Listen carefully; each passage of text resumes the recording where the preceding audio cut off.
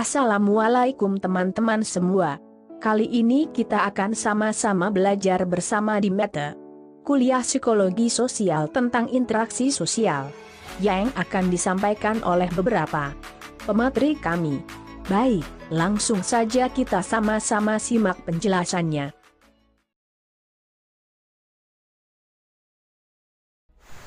Baik, interaksi sosial adalah proses menjalin kontak dan komunikasi antara dua orang atau lebih yang saling mempengaruhi dan berjalan secara timbal balik. Jadi, yang namanya menjalin interaksi sosial itu artinya seseorang berinteraksi dengan baik dari segi perbuatan ataupun dari segi pembicaraan yang diikuti oleh dua orang atau lebih, baik itu secara langsung ataupun tidak langsung ya. Kemudian menurut sosiolog John Gillen dari Amerika Serikat, interaksi sosial itu adalah hubungan sosial yang dinamis yang menyangkut hubungan antara individu dengan kelompok atau antar kelompok dengan kelompok. Dalam satu hubungan individu maupun kelompok bekerja sama atau berkonflik melakukan interaksi baik formal maupun informal yang langsung ataupun tidak langsung. Kemudian interaksi sosial dapat terjadi apabila itu terjadi antara individu dengan individu. Yang dimaksud dengan individu artinya satu orang dengan satu orang, artinya dua orang yang secara langsung berinteraksi. Kemudian individu dengan kelompok ataupun kelompok dengan kelompok. Jadi ada 3 jenis interaksi sosial dalam bermasyarakat, yaitu hal yang tadi, antara individu dengan individu, kemudian individu dengan kelompok maupun kelompok dengan kelompok.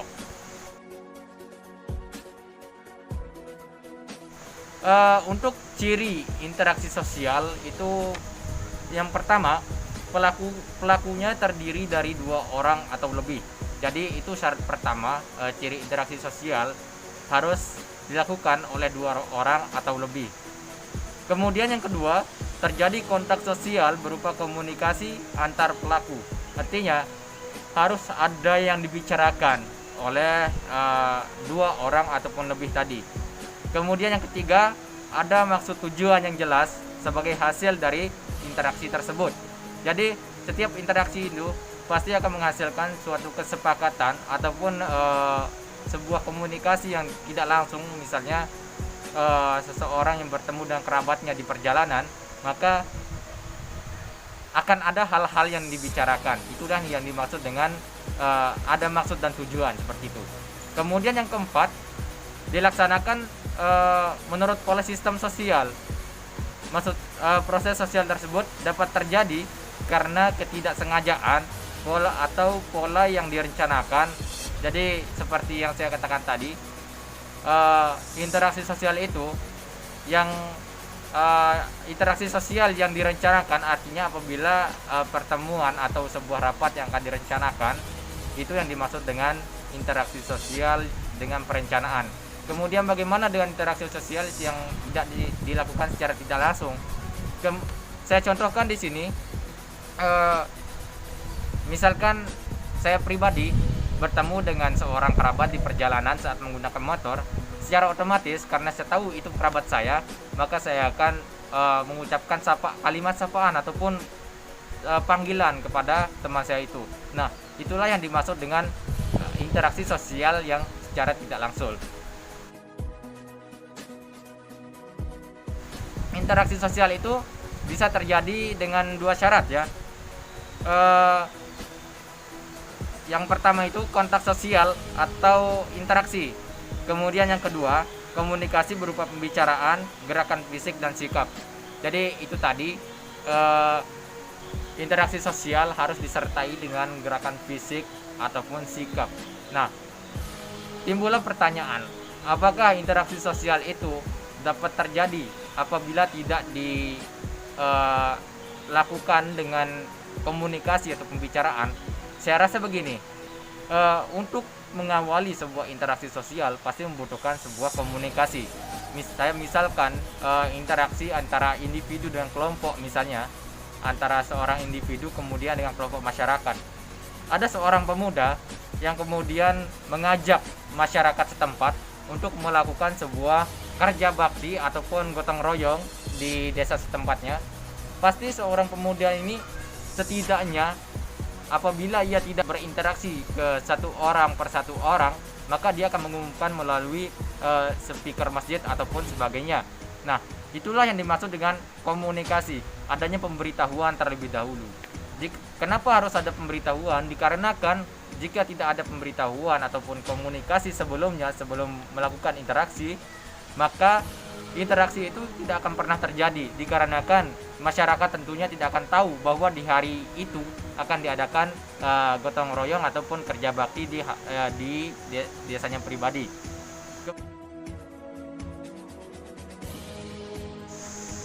Contohnya untuk bagian interaksi sosial individu dengan individu, misalnya ada seorang ibu ataupun seorang bapak yang sedang menasehati anaknya. Itu contoh interaksi sosial individu dengan individu yang secara langsung. Kemudian bagaimana dengan contoh interaksi sosial individu dengan individu tetapi akan tidak langsung? Nah, di sini saya contohkan dengan kita seorang remaja pastinya pernah teleponan bersama si doi kan. Nah, itu yang dimaksud dengan interaksi tidak langsung antar individu dengan individu begitu. Kemudian selanjutnya contoh dari interaksi sosial antara individu dengan kelompok, misalnya seperti yang saya katakan tadi, seorang pemuda yang mengajak masyarakat untuk gotong royong, maka interaksi sosial itu itulah yang dinamakan dengan individu dengan kelompok. Ada satu orang pemuda yang mengajak kelompok masyarakat yang lain begitu. Kemudian contoh dari interaksi sosial antara kelompok dengan kelompok, di sini saya contohkan misalkan anggota TNI dan anggota Polri itu bekerja sama untuk melancarkan sebuah kegiatan negara ataupun kegiatan tertentu. Jadi antar kelompok TNI dan kelompok Polri bekerja sama, itulah yang dinamakan dengan interaksi sosial antara kelompok dengan kelompok. Baik, terima kasih. Baiklah, di sini saya akan menjelaskan tentang materi identifikasi dan simpati. Identifikasi, secara umum pengertian identifikasi yakni suatu tindakan proses meneliti, mencari, menemukan, mencatat ataupun informasi dan data mengenai fakta seseorang.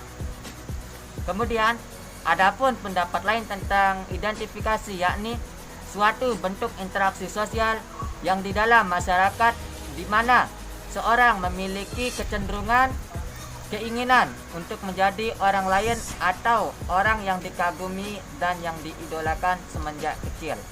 Kemudian adapun bentuk-bentuk identifikasi yakni yang pertama class identification atau kelas identifikasi yakni yang terjadi pada kelas sosial di dalam kehidupan masyarakat ataupun di dalam kelas, yakni seperti seorang murid atau mahasiswa meniru gaya dosennya ataupun meniru tingkah laku dosen atau guru tersebut karena ada rasa kagum pada dosen tersebut. Kemudian bentuk identifikasi yang kedua adalah definitive identification. Defensive identifikasi yakni suatu bentuk identifikasi yang terjadi pada rasa takut terjadi pada dalam diri sendiri, kemudian dia memangset dirinya untuk melawan rasa takut yang ada pada dirinya untuk menghadapi orang lain tersebut. Ia menjadi berani dan akan melawan orang tersebut supaya tidak tertindas. Kemudian yang ketiga yakni identification perkembangan. Bentuk identifikasi positif seorang menjadi mandiri. Bisa kita ambil dari contoh ketika kecil kita dihidupi oleh kedua orang tua dari kecil sampai SMA. Kemudian di bangku perkuliahan ataupun di dunia kerja mindset kita akan bermain dan berkembang, membuat diri kita menjadi mandiri atau bisa menghidupi kehidupan kita sendiri. Kemudian yang terakhir yakni tentang ethnic identification. Bentuk identifikasi etnik ini terjadi pada kelompok etnis tertentu, seperti hal contohnya yakni masyarakat keturunan Tionghoa di Surabaya berkomunikasi dengan bahasa Jawa sehingga dapat berbaur dengan orang Jawa asli. Kemudian terjadilah etnik Jawa dan Tionghoa.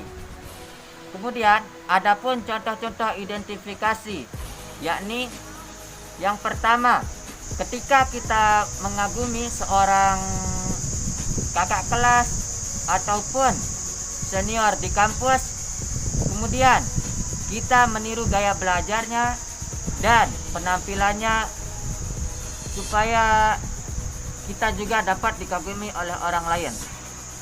Kemudian yang kedua yakni adalah gaya belusukan yang ditunjukkan oleh Presiden Joko Widodo kepada rakyatnya ketika hendak mencalonkan diri menjadi presiden.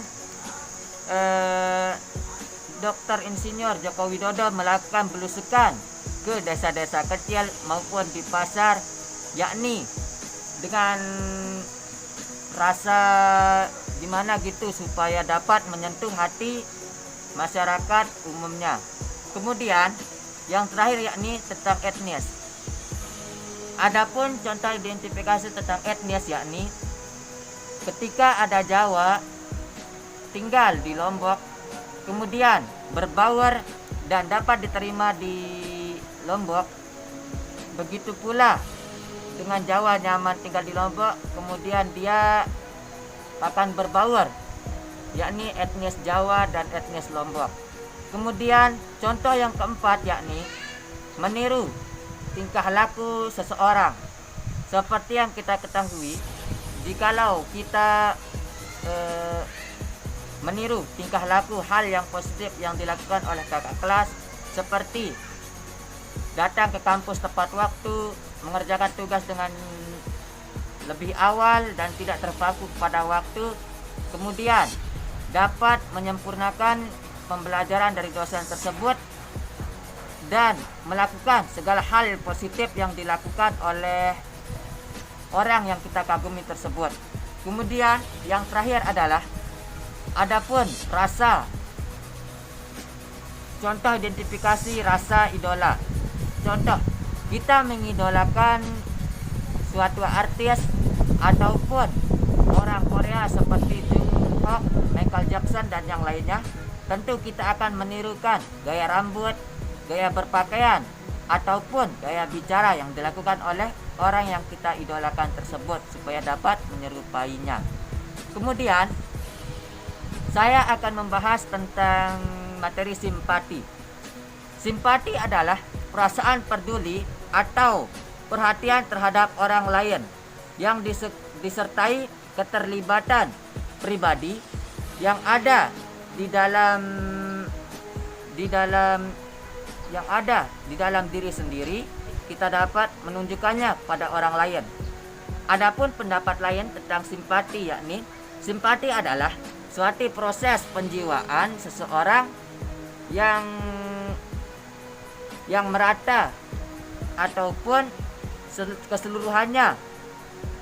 Jikalau kita tertarik terhadap orang tersebut atau orang lain, baik secara individu ataupun kelompok orang, karena sikap wibawa seorang pemimpin ataupun penampilan seseorang yang kita kagumi.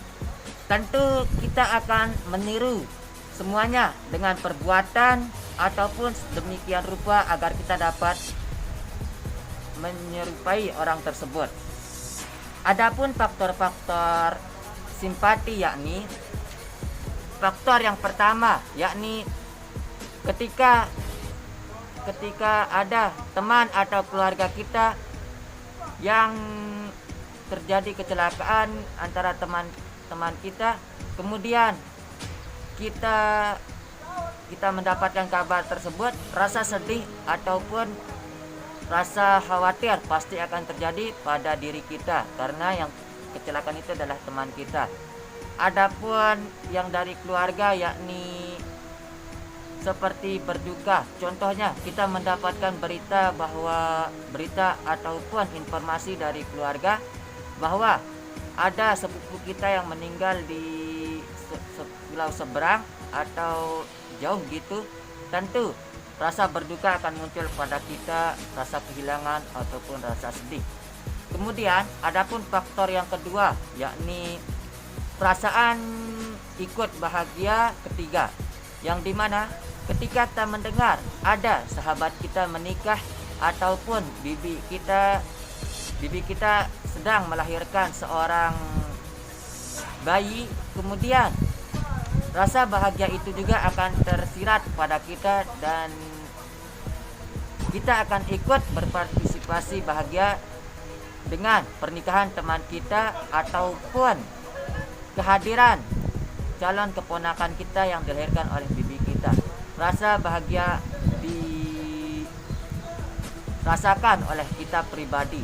Kemudian yakni adalah adapun contoh faktor identifikasi simpati, tentu jikalau kita melihat seorang wanita yang anggun, berhijab ataupun menarik daya tarik kita akan mengusahakan ataupun melakukan segala hal agar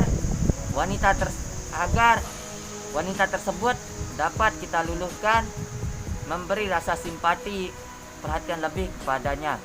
Kemudian adapun contoh yang keempat, yakni tentang kasihan. Tentu jikalau kita melihat seseorang kecelakaan di depan kita, walaupun kita tidak mengenalnya, rasa kasihan itu akan muncul terhadap diri kita pribadi karena kita melihat secara jelas kecelakaan tersebut. Dan rasa kasihan, sedih, kita akan membantunya agar memastikan bahwa orang tersebut baik-baik saja. Kemudian yang terakhir, yakni tentang rasa iba. Ketika kita melihat seorang nenek pengemis yang duduk di depan toko, tidak makan, tidak minum 3 hari, kemudian rasa iba itu akan muncul pada diri kita dan kita akan mengasihi dia makanan, minuman, bahkan uang yang kita miliki kita kasih kepada nenek tersebut. Itu memperlihatkan kita bahwa rasa iba kita kepada nenek tersebut. Andai kala kita tua ataupun kita pasti akan mengalami hal tersebut. Mungkin hanya ini saja dari saya. Wassalamualaikum warahmatullahi wabarakatuh. Baiklah, saya akan menjelaskan materi tentang imitasi dan sugesti. Yang pertama, imitasi. Imitasi yaitu tindakan atau usaha untuk meniru tindakan orang lain sebagai tokoh idealnya. Faktor utama penyebab imitasi adalah interaksi sosial. Semakin baik interaksi, maka kemungkinan untuk terjadi imitasi semakin besar. Seseorang yang berpengaruh di masyarakat juga dapat mendorong orang lain untuk melakukan perbuatan imitasi. Sebab keinginan mendapatkan posisi yang sama adalah manusiawi. Faktor lainnya yaitu sikap terbuka, mengagumi, dan menerima. Hal ini bernilai sama dengan adanya perhatian dan minat. Ketika sikap-sikap ini muncul pada sesuatu atau seorang, kecenderungan untuk melakukan perbuatan imitasi menjadi sulit untuk dicegah. Sayangnya, masalah akan bermunculan jika proses imitasi berdampak negatif. Nah, apa saja dampak imitasi? Semua proses imitasi berdampak pada individu atau masyarakat secara keseluruhan. Dampak ini tergantung pada sesuatu atau seseorang yang tengah diimitasi. Apakah akan menimbulkan suatu dampak positif atau negatif? Dampak positif terjadi jika imitasi mendorong seseorang pada berbagai hal baik, misalnya mematuhi norma-norma di masyarakat. Sedangkan dampak negatif terjadi jika imitasi mendorong seorang pada berbagai hal buruk. Misalnya, muncul perasaan rendah diri karena khawatir tidak dapat mengikuti seseorang yang ditiru. Dan yang kedua, sugesti. Sugesti yaitu suatu proses yang diberikan seorang individu kepada individu lainnya, sehingga orang yang diberi sugesti menuruti atau melaksanakan tanpa berpikir kritis dan rasional. Contohnya, seorang siswa bolos sekolah karena diajak temannya bermain. Tanpa diamati manfaatnya, ajakan tersebut diterima dan dilaksanakannya untuk meninggalkan sekolah.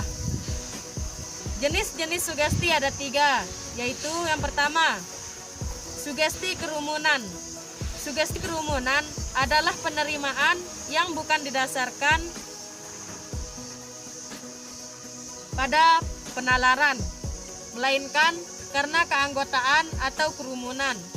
Contohnya, adanya tawuran antar pelajar. Siswa-siswa yang terlibat dalam tawuran tersebut dilakukan atas dasar rasa setia kawan. Yang kedua, sugesti negatif. Sugesti negatif adalah sugesti yang ditujukan untuk menghasilkan tekanan-tekanan atau pembatasan tertentu. Contohnya, dalam sugesti negatif, misalnya, mengenai peran seseorang pemuda yang akan mengancam kekasihnya apabila cintanya berpaling kepada pemuda lain, sehingga kekasih pemuda tersebut akan menurut. Yang ketiga, sugesti prestis. Sugesti prestis adalah sugesti yang muncul sebagai akibat adanya prestis orang lain. Contohnya, tokoh masyarakat yang ada di lingkungan masyarakat banyak yang menganjurkan agar semua warganya melakukan kerja bakti, membersihkan lingkungan, dan yang lainnya. Maka, anjuran tersebut akan dilaksanakan tanpa didahului dengan proses berpikir. Mungkin hanya itu saja yang dapat saya sampaikan. Semoga bermanfaat. Wabillahi taufiq wal hidayah. Wassalamualaikum warahmatullahi wabarakatuh.